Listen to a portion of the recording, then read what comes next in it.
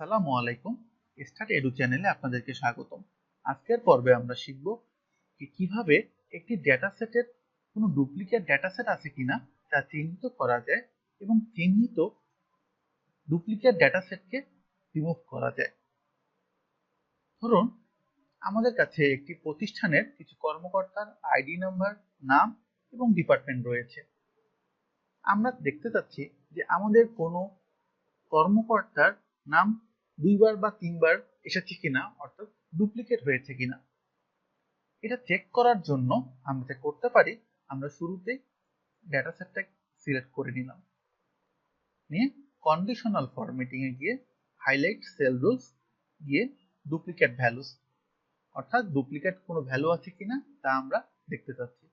Duplicate values যদি ওকে দিই, দেখুন আমাদের কিছু ডুপ্লিকেট গুলো লাল দাগ চিহ্ন চলে এসেছে।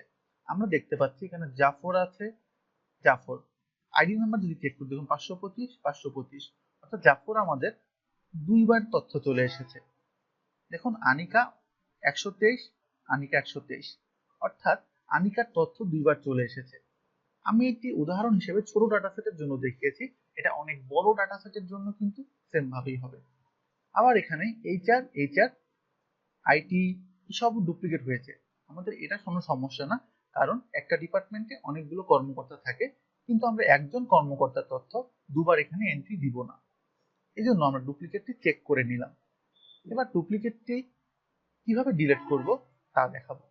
এই জন্য ডেটা সেটটাকে সিলেক্ট করে এই যে ডেটাতে গিয়ে রিমুভ ডুপ্লিকেটস দিয়ে যদি আমরা ওকে দিয়ে দেই, তাহলে আমাদের দেখুন দুটি ডুপ্লিকেট ভ্যালু ডিলিট হয়ে গিয়েছে আর 8টি ইউনিক ভ্যালু রয়েছে।